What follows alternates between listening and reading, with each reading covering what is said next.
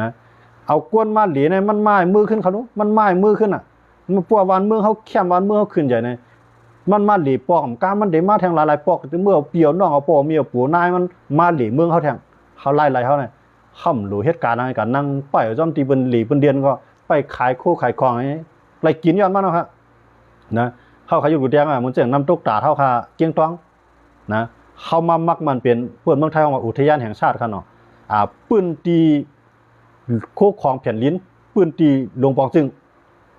นะตีนั้นพายเข้ากันเรียนได้เลยจ่ายเงินเดียวนะมันจะเข้าขาดีกว่ามันจะน้ำตู้เคยแก้วมีริมเนี่ยพอเข้ากว่าที่นั้นปุ๊บนั่นแหละว่าก้นมีก็อย่างว่าก้นผานก็อย่างว่ามุนเจ้าก็อย่างว่าให้ขาวอย่างว่าลูกอ่อนก็อย่างนะพวกเข้ากว่าใน1ก้อนใน50 บาทนะพวกเป็นก้นต่างเมืองเหมือนเจ้าหนังกาลานาเผือกเขาอังกฤษเขานะอเมริกันเขารัสเซียเขาเป็นก้นต่างเมืองเนี่ยเขาซ้ำเอา100เอา1 ปากนะมันจะหนาเข้ากับขึ้นกว่าตั้งอย่างนั้น100ผู้พิงว่า100ดีนะตีมันตีเขาตั้มวางเป็นอุทยานแห่งชาตินั้นมันเดี๋ยวมีการจ่ายการรัดผ่านนั่นนะมันจะเข้าหรือน้ำตกตัดสังกับแป้ง1ก้อนในเข้าเชียงกับเขาใน30 บาทนะ80 บาท80 บาทกันเขาโยนก็ในเบื้องเขากับกึดรวดกึดกาเชียงแท่งในบนมาหลีเมืองเขาในบนไรเงินก็คือกวนในเมืองเขาขึ้นเดี่ขึ้นก็เขาไรเงินกวนนอกเมืองมาหลีเขาก็ไรเงินนะ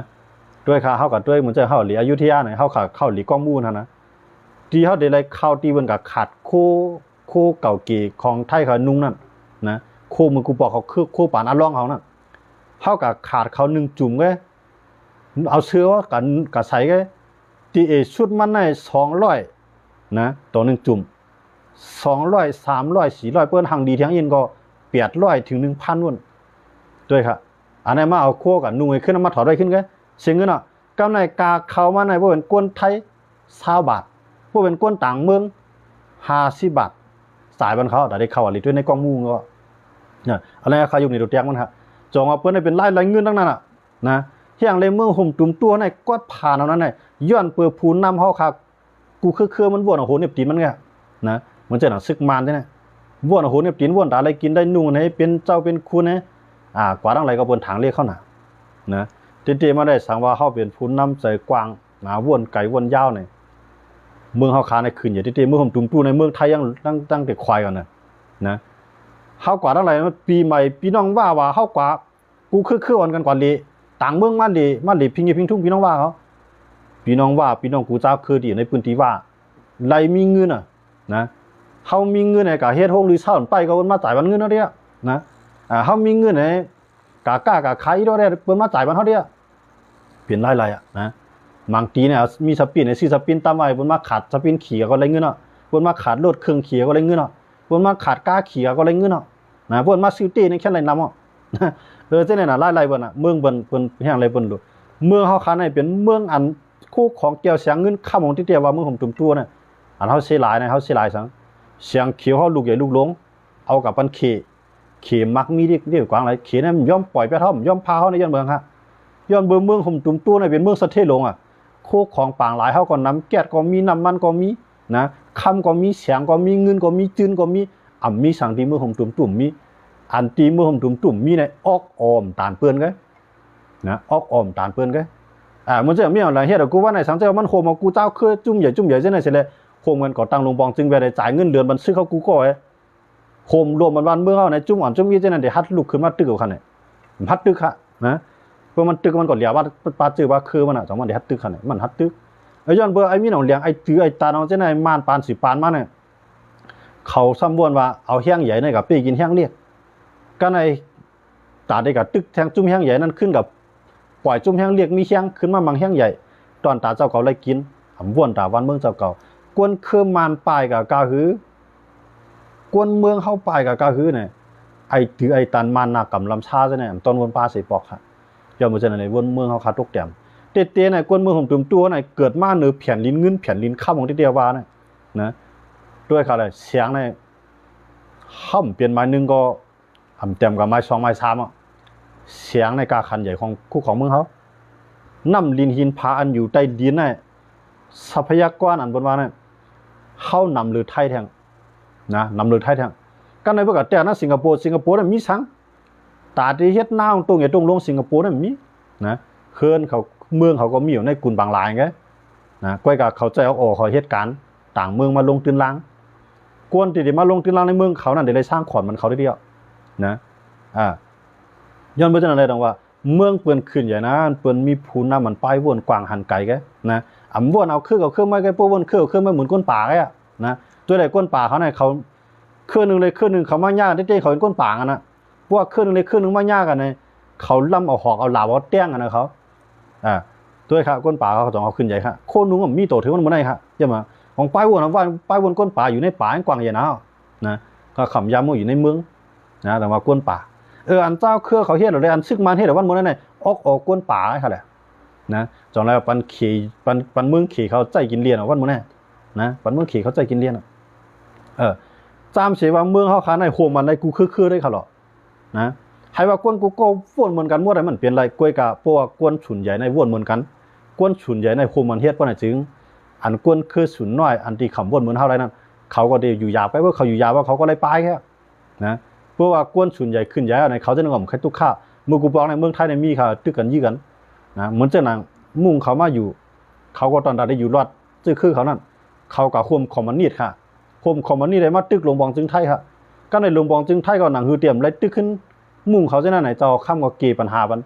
เอามุ่งเจ้าไหนปันดีอยู่เขาเจ้ามือจ้อมร้อยเนี่ยให้เขามีตีอยู่ให้เขามีตีผูกซ้อมไหมพวกเขามีมาฮับซื้อเขาไว้เนี่ยกำเรือนมามุ่งเจ้าหน้าผมใครเป็นคอมมันนิดอ่ะมาโฮมหลวงบองจึงไทยเขากำลืนมาเปลี่ยนชวนเผ่าอันหนึ่งเป็นเจ้าเขื่อนหนึ่งอยู่ไว้ในเมืองไทยค่ะกำลืนมามุ่งกูก้มจะมาเวียนก้นย้อนกินเขาดูมุ่งกูก็เหตุการณ์มุ่งกูก็หาเงินนะพวกเขาเหตุการณ์เขาก็มาการมาขายเหมือนเจ้าหนังกวนในเมืองในใจเลยตื้อกูว่าไงบริเวณโคพักโคยือโคสวนคนเมืองไทยในกินคู่ของมุ่งกำนำคนเมืองไทยในกินคู่ของมุ่งกำนำเราย้อนเบอร์หางย้อนบ่เจ้าคำในปันปืนตีเขานะอันนั้นมันเป็นป่าเสื่อมโทรมสูยาปีกว่าหญ้าแทงป่าไม้ดังที่อันเจ้านั้นในสูเฮ็ดกินลาในผูกละนะ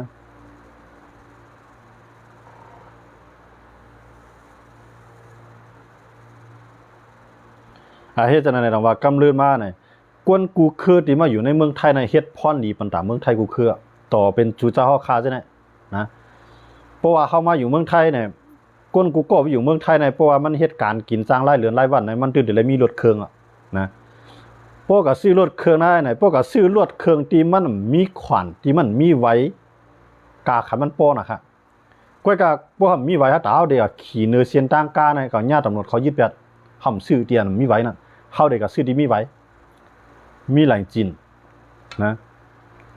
ก็ในเขาซื้อมีไว้นั่นใน1 ปีเนี่ยเข้าเด็กได้สร้างขวัญก็คือเนี่ยรถเครื่องในเบิกกับซื้อเตียนมีไว้ในป้อน่ะ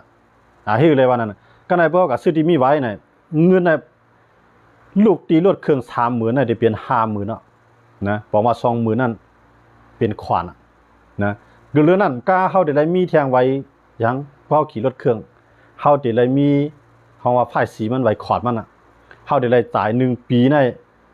เตรียมกว่า500เนาะทั้งภาษีพรบมันเตรียมกว่า500ต่อ1 ปีเจ้าก็กูก็นะอันได้จ่ายเนี่ยนั่นเงินเขาเมืองเบิ่นเอานะบ่มีกล้าไหนก็จ่ายแทงเอานะไล่อะไรก็เงินเขาเมืองเบิ่นจังว่าเฮามาอยู่จังได๋เนี่ยเฮามาปีมือย้อนเผอนะเฮาคัดใจเฮ็ดเฮาคัดใจหาเฮาเอียนเอาแฮงหาเงินเฮาไหลเงินเอาก็เฮาขึ้นจ่ายขึ้นในเมืองไทยเนี่ยเงินก็ขึ้นเข้าขึ้นกวนในเมืองไทยนะเพิ่นก็เป็นรายของเพิ่นย้อนเบิ่งทางแลเนี่ยเมืองเฮาข้ามขึ้นใหญ่ล้าเนี่ยตั้งนั้นในเมืองเฮาในมีมหาอำนาจเอาในกำยันไว้นะสั่งว่าเฮาหมอบพร้อมกันในเขก็พัดเฮ็ดเขียนเฮารัสเซียก็เป็นอ้วยดีเฮาแท้งนะอินเดียก็เป็นอ้วยดีเฮาแท้งอเมริกันก็เขาเป็นอ้วยดีเฮาแท้งไทยก็เป็นอ้วยดีเฮาแท้งสังเกตว่าผู้นำเฮาเนี่ยเงือนะอะไรว่าผู้นำเฮาเงือเมืองเฮาหมดเดียวเนี่ยเพราะผู้นำเฮาเงือในวันมื้อนี้ต้องมีแผนลงตินล่างในเมืองเฮาค่ะมีแผนลงตินล่างวันมื้อเดียวนะย้อนเบิ่งเมืองเฮาค่ะในกวาดผ่านเนี่ยเมืองเปิ้นเปลี่ยนเพว่าในก้นเมืองห่มจุ่มเฮาค่ะกะจ้อยเบิ่นได้จ่อมีเสปอกค่ะมีเคเขาย่าโควิดว่าเฮาเบิ่งย่านำหรือเขาแทงเขาบ่รู้จ้อยเฮาแทงนะก็ในย่าพี่นำท่วมว่าเปิ้นก็ย่าเฮาก็ย่าก้อยกะเปิ้นไหลจ้อยเฮาห่อมไหลกะจ้อยเบิ่นก็ไม่ย่าพี่หังพี่ปังตึกว่า จิไปมาตื้อเข้าห้องกันขึ้นตื้อกันขึ้นไงเปิ้นก็เลยมาจอยเฮาแทงอันก้นเมืองมันอันลุงปองจึงเมืองห่มตุ่มห้องคันให้กับจอยเมืองเปิ้นเนี่ยตอนนี้นี่พอพี่น้องขอบนด้วยครับเมืองบนทั่วเพว่าให้แหละจอยบนมีนะเปิ้นก็มาจอยเฮาทิกๆนะกับเมืองนั้นมาจอยว่าเมืองไหนมาจอยบนมาจอยเฮาทิกๆอย่ามาเฮาเฮ็ดให้เฮากวาดผ่านขึ้นก็นะอย่ามาปลายว่วนลายเฮ็ดสร้างของซึกมารเขาเนี่ยมันเมือกมันเตือกมันวนปอดวนแก็บเอาคือไม่เป็นใหญ่เอามานเป็นใหญ่ซ้ำเตียกต่างเจ้าคือพอเป็นจังนั้นต่างเจ้าคือก็ตกแต้มกำเรือนมาเพื่อต่างเจ้าคือตกแต้มเอาต่างเจ้าคือก็มีเงินกาเลยปลายออกเมืองเพื่อปลายออกเมืองก็จังสร้างขวัญเอากำเรือนมามานก็ไล่กาไล่ขายมันก็ลียันเมืองกวนอีกได้ดินะขวัญเก็บขวัญก็ไล่น้ำปลายออกเมืองได้ดิกำเรือนมามานก็เลยปลายจอมแทงก็ในรายคู่ของใต้ดินมากับขายก็เป็นพ่อนี่ดาเพอเปลี่ยนพ่อนี่ดาลูกลานางมีซึกมาเนี่ยรายเงินนำมากับซื้อกองมาไว้เข้มๆไหมมาอะไรกับยื้อเมืองไหลขึ้นยื้อใส่ในเมืองเขาขา7 เมือง7 เตืองในทีเดียวย้อนบ่จังเลยผู้นำเตือกผู้นำเมืองนายอำเฮ็ดให้บ้านเมืองขึ้นใหญ่หลายตรงว่ากวนเมืองใต้เฮาซ้ำหันยาว่ามานเขาเป็นจังหือในกวนเมืองใต้มื้อเหลียวในก็ตึกไปก็จ้อมห้อยตีนมานขึ้นไงเกากลางเลยเทียนไอ้มากยากกันก็หลุมมังกันเนาะเทียนไอ้ดังไอ้ผีมากยากเนาะหลุมมังกันเนาะสิได้ดังไอ้ผีมากยากเนาะหลุมมังกันเนาะสิได้ดังว่ามากยากเนาะหลุมมังกันเนาะก็ในปะโอ้ลำปะโอ้เลี้ยงยากเนาะขึ้นหลุมมังกันเนาะทานูโปมาแทงจุ่มนะวันมื้อหน้ามาติมังอันนี้เด้อจอกมันไปจ้อมห้อยตีนมานคั่นแหละไปจ้อมห้อยตีนมานฮะเพราะเฮามีซึกนำให้แลเป็นอันเดียวกันมีซึกนำเสิแลจังแก่เขตแผ่นดินบ้านเมืองเฮาน่ะเฮ็ดให้กวนเมืองทุกข้าไว้นะเฮ็ดให้กวนเมืองทุกข้าไว้ว่าเขาห่มรวมบ้านเมืองว่าจังห่มรวมบ้านเมืองน่ะการห่มรวมบ้านเมืองน่ะชื่อว่าเตไรมาอยู่ในเมียวในเวียงให้แลตั้งกิกตั้งหลานเก็บขวัญนั่นชื่อห่มรวมบ้านเมืองฮะเพราะห่มรวมบ้านเมืองน่ะขี่เข้ามาน่ะเดไรไว้อาขวางนี่เฮากันเดไรผ่านบนเมืองไทยว่าตมคั่นเนาะเดไรผ่านเยอันไปจ้อมแดนลินก่อนเดไรผ่านซึกอันไปจ้อมแดนลินก่อนนะด้วยครับว่าก็ด้วยก็หานะบ่ได้เข้าเมืองเขตได้เลยพันภูมิปุนพรเมืองเขตก่อนต้องว่าได้เข้าอะไรเนี่ยอันไหนว่าผู้กำใจว่าก็ผู้ใต้ผู้กำใจใต้เขาขาดได้เข้าเมืองหลายเพราะเฮาไปลัดผ่านหน้าลานเบิ่นอันได้เข้าจู่เมืองเบิ่นนั่นเพราะเฮาไปแล้วขวางนี่น่ะต้องเฮาเข้าได้พวกเขาก็บ่ยอฮอดตกคอกแล้วพวกเฮาเข้าดีนั่นก็เป็นก้นพิษหลักเข้าเมืองเลยครับพิษเต็มๆอ่ะนะเปิ้นหันดีแลยอบปีนั้นเนาะด้วยเขาเลยเมืองเบิ่นเปิ้นเฮ็ดฮู้มันได้เปิ้นจะมาเฮ็ดฮู้เวียงไผเวียงมันนะอันเจ้าคือเขาเฮ็ดน่ะปลองเกาๆมาหิมันดีเลยครับมาหิมันกดขายกำไรเกาๆให้ขาวมาหิมันดีเลยมาหิมันแซนวีผีทั้งเทียนไอ้หิมกันหิมันดีเลยหิมกันเมืองมีดสิได้ผีมาหิมันดีเลยมาหิมกันเมืองเปียงหมดแล้วเนี่ยโลกจอกตัวครับจะได้แล้วมันจือกว่าจ้อมห้อยตีนมานนี่เรื่อยเนี่ยขึ้นไปขึ้นจ้อมห้อยตีนมานเหยียบหญ้าขี้มานขึ้นก้อยถามว่าเมืองใต้เด็กก็เย็นอยู่เมืองมานเด็กก็เย็นอยู่เมืองปะอุปลองเด็กก็เย็นอยู่เปลี่ยนลายแต่เด็กก็เย็นนั้นเข้าหลุมมีโคเรียนดีเนาะกันค่ะนะในเมืองนั้นกูคือติไรกวนเมืองนั้นคืออะไรเสียมว่ามันกว่าไรรอดแล้วกูตินะอย่าไปพิษปักเปิงถึงเมืองเลยอย่าไปพิษปักเปิงวันเมืองเลยกว่าไรกูติกล้าขายสังก็ไรอย่าไปให้มันเป็นโค่นพิษปักเปิงมามีพวกเป็นจังไหนกวนเมืองขึ้นใหญ่ค่ะกูว่าให้อะไรกวนเมืองขาอะไรป่าดิกำลังขย้อนบอกไปไอ้ตัวไหนมันหลายชิบปอกแล้วเลยนะตับรวมเมืองปั่นแห้งน้ำนะครับ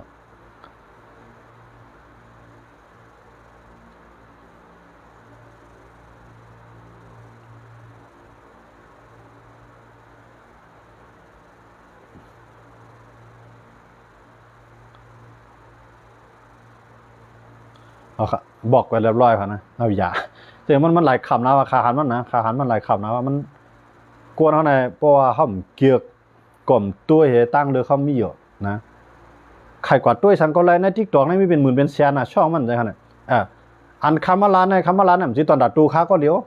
ตามเสียเขาเนี่ยพูนน้ำเหมือนเจ้าหน้าเขาวนไว้อันเขาลาดในป้าสู่เจ้ากองเดี๋ยวอะไรขึ้นใหญ่มาสูงวันเมืองเขาค้าในพ่อมใจเมืองกวาดผ่านค่ะเขามีสังที่เขามีอันกำพาเขามีอยู่ในเขามีสังสีเมียวที่เขามีนะมีเมียวเหลียวไอ้ที่เขามีในออกเขาตานเปื้อนนั่นแหละ ด้วยครับน้ำปางหลายเมืองเขาคันในสุจวนด้วยเขารถดีน้ำปางหลายเมืองเขาที่เข้มหรือเมืองไทยในแท่งนะมือหลิดด้วยเขาเลยน้ำปางหลายเมืองมาในเข้มหรือเมืองไทยในแท่งนะเขาหลูอันเขาหลูเฮ็ดนะเขาหลูเฮ็ดปันรองห่มรวมไหมให้กวนกูเมืองฮัดมาลงตื้นล่างในเมืองเขาให้กวนกูเมืองฮัดมาหลีเมืองเขาให้กวนในเมืองเขาฮัดอยู่เมืองเขาหลูเฮ็ดปันนั้นไหนก็อันเขาหลูเฮ็ดในหลูเฮ็ดลองห่มรวมก็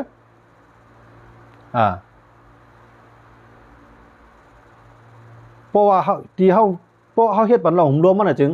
ไทยของมือต่างกลุ่มนี้เมืองเขาได้จ้างไปครับเขาได้จ้างกวนเมืองเขาเฮ็ดการนะผมคิดว่าไทยเขาเมื่อตั้งกลุ่มนี้เมืองเขาเมื่อลงตื้นล่างเมืองเขาเดียวแค่เอา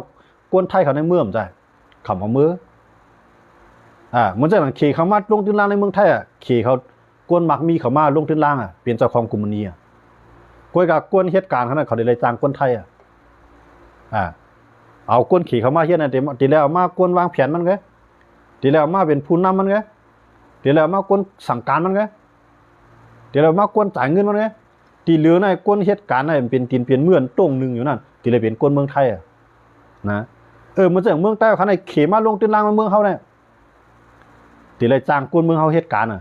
เพราะว่าเขมาลงตื้นล่างนำในเขาก็เลยมีการนำในจ่อเขาได้ป้ายป้ายนะกูว่าในเขามีการในเมืองเขาเนี่ยมันจะมีการมีโลกอาเป้ก็เลยเหตุบันการร้ายขนาดนะเพื่อกับเหตุการณ์เขาก็1 ปี2 หันเงิน1 ปอกนะเพื่อมันนับด้วยกาแห้งเขาเหมือนจะเขากับเหตุการณ์กูว่าเนี่ยเขานับกาแห้งเขาเนาะเขาว่าวันหาเฮงเขาวันไหนกันนะเขามานับกาแห้งเขามานับตื้นล่างเขาตัวได้พวกกินกับแกนะมีเรื่องฮะอันว่าเขาไล่ปากเงยซองปากกันเนี่ยมันก่อนนับเมืองไรก็เลยมันนับเลยว่าซื้อหมีเอาจ่ามากก็หือชื่อจื้อมากก็หือนะจางเบิ้นไทยก็หือกาแห้งเขากับเฮ็ดไรวันนะห้ามจังนับในเขาเนาะเขาว่าเขาเมียเรามันเมียเราลองว่าเมืองเขาคันนี้มันนานมากมีนี่ย้อนไปสังมันนานมากมีคันนี้เมืองเปิดน้ำก้น1 ก้อนมีลูกน้องเป็นก้นเก่าก้น10 ก้อนก้นเก่าก้น10 ก้อนมันจ่ายวัน300 400ไงก้อยกก้นมาเหตุการณ์วันโต1 ก้อโต1 วันเหตุการณ์วัน 1,000เพราะมันจ้างมา5 ก้อวัน 5,000จ่ายจ้างวัน 5,000มันไหลนะเนี่ยเขาอยู่ในเตียงเมืองไทยเมืองต่างเมืองไรเสียมบ้าเนี่ยเปิ้นดูนะวันเขานักลงทุนเนี่ยก้นลงตื้นล่างต่างเมืองนั่นเขาเมืองเข้ามานั่นเปลี่ยนพ่อนดีต่างเมืองเขาได้เดียวนะเพราะว่าเมืองหลายกายแห้งมันถูกกลุ่มมันนี้เช่นนั้นก็ใครเมื่อลงในเมืองนั้นอย่างเหมือนมันเดี๋ยวรายการจ่ายมันรายจางโป้นำเมียมันหนำนะมันเจ๋งเมื่อหุ่มจุ่มตู้เขาเนี่ยสังว่ามันมีหลงหุ่มล้มในไผ่ใครเมื่อลงตื้นล่างในเมืองเขาใครเมื่อเป็นเจ้าของกลุ่มนี้เมืองเขาเท่านั้นเนี่ยอย่างเหมือนกายแห้งเขาโป้เขาลงเมืองเขานะเขาโป้หรือเมืองไทยขนาดเขาโปหรือเมืองไทยน่ะกาแห้งเขา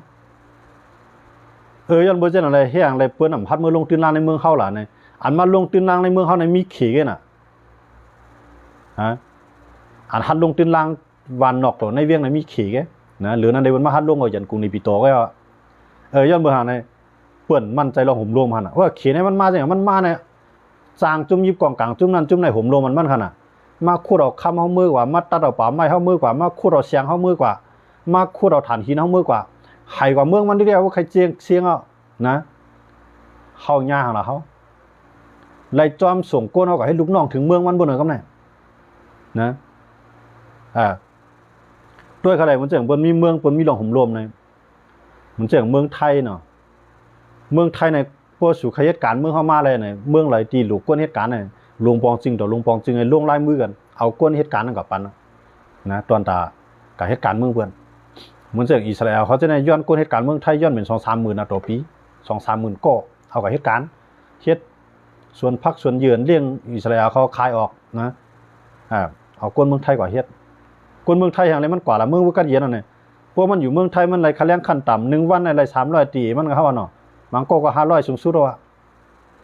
พวกมันก็เฮ็ดทั้งปวงในรายวัน 2,000 3,000เนี่ยมันก็อยู่ทั้งปวงเฮาค้าก็เหมือนกันเมืองเฮาค้าเนี่ยสั่งว่าไล่มันนำหรือเสือเฮามาเมืองไทยเนี่ยจ่อเฮาได้มาฮะผัดปอผัดมีผัดปีผัดน้อง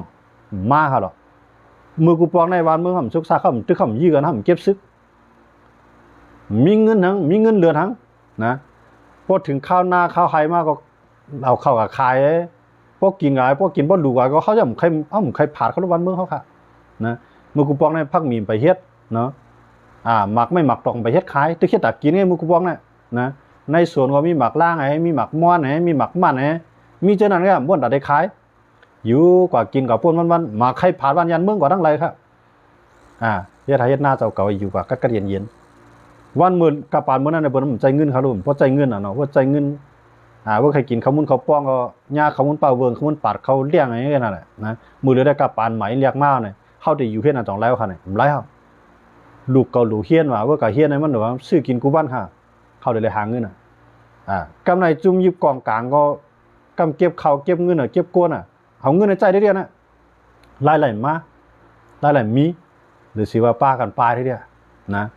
ก็ในว่ากวนผ่านเอาก็ในกเหตุการณ์เอาจ้างกันโป๊ก็ในกวนผ่านเพื่อนดูย้อนขวานมันผ่านมันสร้างขวัญใจเขาลูกมันอะไรสร้างขวัญมันเบื่อเนาะก็ในตันหนึ่งสร้างขวัญปลายกวนผ่านพวกปลายมีเส้นตั้งรอมาอยู่เมืองในกัดเย็นไผ่มันมีอยู่เมืองเฮามันก็ในกินข้าวคักข้าวปีมาอยู่เมืองในมีรถมีกามีขึ้นมีเยี่ยมทางนะยังมันมาตกใส่ในวันเมืองเปิ้นมีลองห่มลมกัดเย็นนะมันก่อเฮ็ดไรวันมันละเอียดก็ย่อไรวัน300 400นั่นก็ย่อมันมากินวัน70 80วัน100ตีเหลือมันยังไรเก็บไว้ตรงว่ากวนไตเฮาอันเดมามีเงินหมื่นเงินเดมามีเงินแสนเงินล้านอะไรเนี่ยมันจะได้มาเมืองไทยน่ะตีสุดมัน10 ปีบ่นะอย่างมันเลยซื้อกินซื้ออยู่นะกูจะกูลองให้เป็นเงินจังว่าอย่างไรเฮายังตึกมาอยู่มันนั้นย้อนเมืองเฮาขำมีดอกห่มลมตามเสียเมืองเฮาคันมีดอกห่มลมมั้ยครับมีใครผ่านวันยันเมืองจังว่าอันเป็นก้นเหตุการณ์เมืองเนี่ยหรือว่นถึงรองห่มรวมก้นเมืองในเปลี่ยนที่1นะเพราะว่าก้นเมืองมีรองห่มรวมว่าอันสู่เจ้าใครเป็นเจ้าเป็นคุณในใครมาใครมีน้ำใจรองหยับนะลูกล่างสู่เกิดมาก้นเมืองป้าว่าหลังเมืองลูกล่างสู่เกิดมาสู่มีต้นทุนตื้นล่างเอาเนี่ยเมื่อกาเมื่อขายก้นเมืองอยู่ไว้นำๆเนี่ยไปว่าสังหารสู่เมื่อปิดร้านขายน้ำส้มน้ำบานอันนี้ก่อนนะ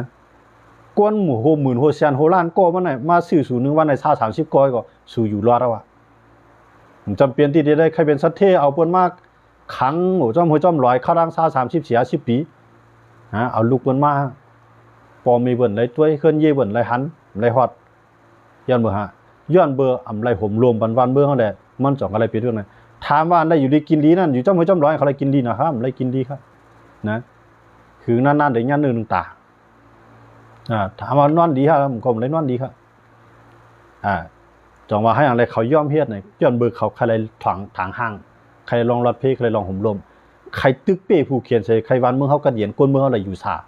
เขาจองก็ย่อมจุนกูจิกูลองฮะใจว่าเมืองเฮือนเขานะมีให้มีหน้าเขาเกยมาอยู่จ้อมสูมใจนะเป็นก้นหลวงเขากูคือชูเจ้าวนด้วยครับอันสูไรกินอีแม่พวกสูก็กิน1 ตาในจ่าย60,000 60,000มันสูวนด้วยอันสูเอาวนไม้นั่น1 วันก็สัวเปิ้นมาในเบิ่กวนมี10,000น่ะ10,000ก้อนน่ะรายเหตุการณ์หาเงินสังนะเพราะว่ามันหาเงินมันได้รายวันก็คือกวน60,000มันกวน60,000จังนั้นมาเฮ็ดสังมาเฮ็ดปันสู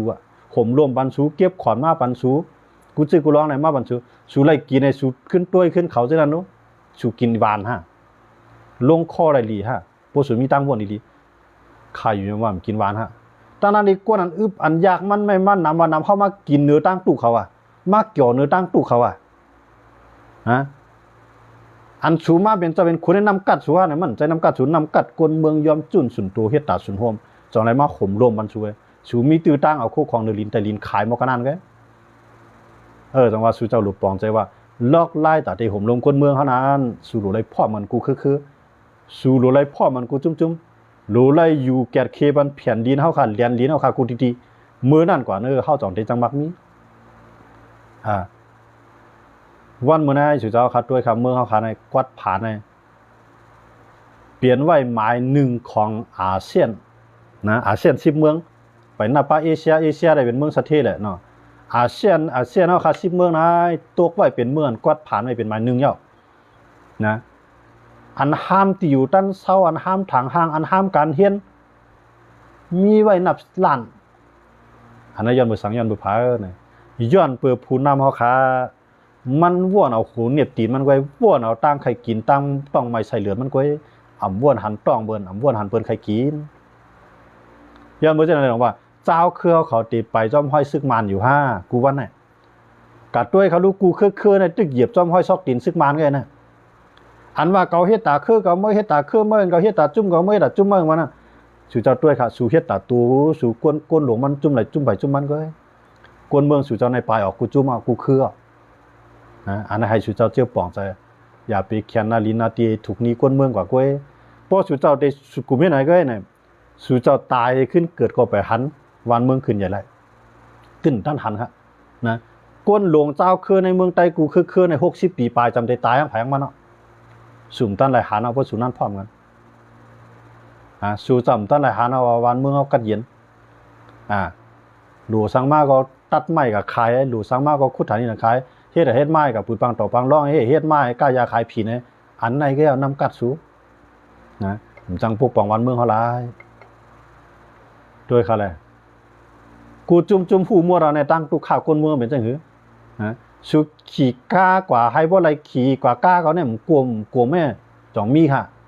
นะให้บ่อะไรปืดเอ็นกัดเย็นให้กว่าให้จ่องมีค่ะผุนมุกตั้งนั้นนะปืดเอ็มไรแล้วไหนว่าปืดเอ็ปุ๊บเข้ามาในกาแทงเลยนะผุนมุกนั่นเลยปืดหมานมาในเลียนเสียงดังกาเมืองเขาเนี่ยนะย้อนเบอร์หางเลยเงินเขามีนั่นกลุ่มเก่าซื้อหมากก่อยมายี่กันขึ้นเว้ยผมจังมาปกป้องแต่ว่ากวนเมืองเขาในมันอิ่มมืออิ่มจานให้เลยสองไรปืนปล่อยไปอยู่ด้านเศร้าเจ้าเก่าอยู่เมืองเปื่อนถามว่ากับเมืองมุนมัวทำใจก็นะอันอยู่เมืองเขาเจนั้นมันก็ลูกต่างเมื่อพ่ออยู่พ่อกินในมือขึ้นก็มีมันก็ซ้ำอยู่เมืองเขาไอ้กอดผ่านมาอยู่เมืองในเป็นสัตว์เที่ยวก็มีก้อยการอยู่เมืองเขานะไหนหนึ่งอยู่ในหนึ่งกินที่เดียวจะว่าหนึ่งอยู่ในหนึ่งสานะตัวค่ะก็อยู่กับกินกับที่เดียวนะจุ่มยิบกองกลางเต็มวันเต็มเมืองในถามว่าเขาได้กัดเย็นก็เย็นฮะนะซึกนำนั่นเลยหมายถึงว่าวันเมืองนี่กัดเย็นป้อซึกนำเลยวันเมืองกัดเย็นนั่นเนี่ยก้นเมืองหรืออะไรขึ้นใหญ่นะวันเมืองกัดเย็นอะไรก้นเมืองขึ้นใหญ่ปองสังเหมือนเจ้าหนังเมืองลาวในวันเมืองเขากัดเย็นมีไผมาเฮ็ดสังเขาก้อยกับวันเมืองเขาขึ้นใหญ่ยันเมืองหลวงปองจึงเขากลุ่มกลมหาจุเขนะต่างเมืองมาลงตื้นล้างกวนเขาก็มีการมีงานไปกับเมืองเพื่อนกำกับเฮ็ดลูกน้องเวียดนามเฮ็ดลูกน้องมาเลเซียสิงคโปร์มาไทยในลาวเขาก็นะคำเมียนเขาจะในเมืองเขาก็เย็นตึ้งยี่กันครับก้อยกามันขึ้นใหญ่ยันเบอร์สังยันเบอร์พูนน้ำเขาครับเมืองเขาขานั่นแหละขึ้นใหญ่ก็ขึ้นใหญ่กัดเย็นก็กัดเย็นล่องห่มรวมก็มีนะเมืองเขาขาในแค่หนาหรือลาวเขากับบุรียาเขาแท่งหนาเท่านั้นแท่งแต่ว่าโคกของไตลิ้นมีด่านถือก็โป๊ะเอากับใครมันขี่เรียกไล่หมากกล้องมานะเอาคำในกว่าเรียกหมากกล้องเอาเสียงในก็เรียกหมากกล้องนะเอาโคกของเนื้อลิ้นไตลิ้นถึงเครื่องป่าไม้ก็เรียกหมากกล้องนั้นซ้ำเอามาแกะเคเพียนลิ้นห้ามเอามาแกะเควันเมื่อเขาซ้ำขึ้นเอามายี่กันตาเนี่ยมันเปลี่ยนโจรเนี่ยนะเปลี่ยนโจรเนี่ยอย่าเมื่อจังเลยเงาลายวันเมื่อเขาขานั้นกายอยู่กากินกว่าที่ดีกวนเขาขาก็กายอยู่กาเอกว่าที่ดียันเมื่อเช่นนั้นแหละหนังหือกวนเด็กนำมาวานเตะเครื่องเมืองเตะขึ้นใหญ่มานานไหนจุ่มยิบกองกลางเขากูจุ่มอย่าไปเปลี่ยนผู้นำคือเขาเครื่องมาจุ่มเขาจุ่มมาก้วยไหนให้เปลี่ยนผู้นำกูเจ้าคือให้เปลี่ยนผู้นำจึงเมืองเขาค่ะให้เปลี่ยนผู้นำวานเมืองเขาค่ะแผ่นดินเขาค่ะเสกำไม่สุงันกูก็กูเจ้าที่เขามาปันเทียงกันในคำขึ้นในไม่สุงกันกูก็ค่ะ